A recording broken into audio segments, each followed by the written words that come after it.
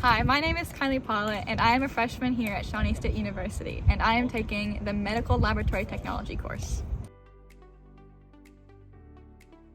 I grew up around Portsmouth, and I've been to Shawnee multiple times, and when my program directors came and visited my high school, I absolutely fell in love with the program and knew I wouldn't be attending college anywhere else.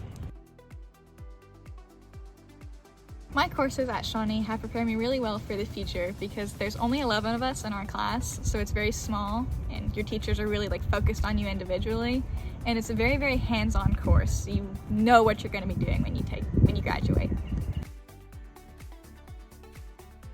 My favorite course so far here at Shawnee is hematology, and it's taught by Andrea Zaff.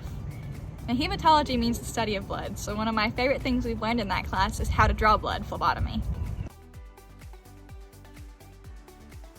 My career plans after graduation are moving up to Columbus and working in a lab up there, while getting my bachelor's to become a med lab scientist instead of a med lab tech.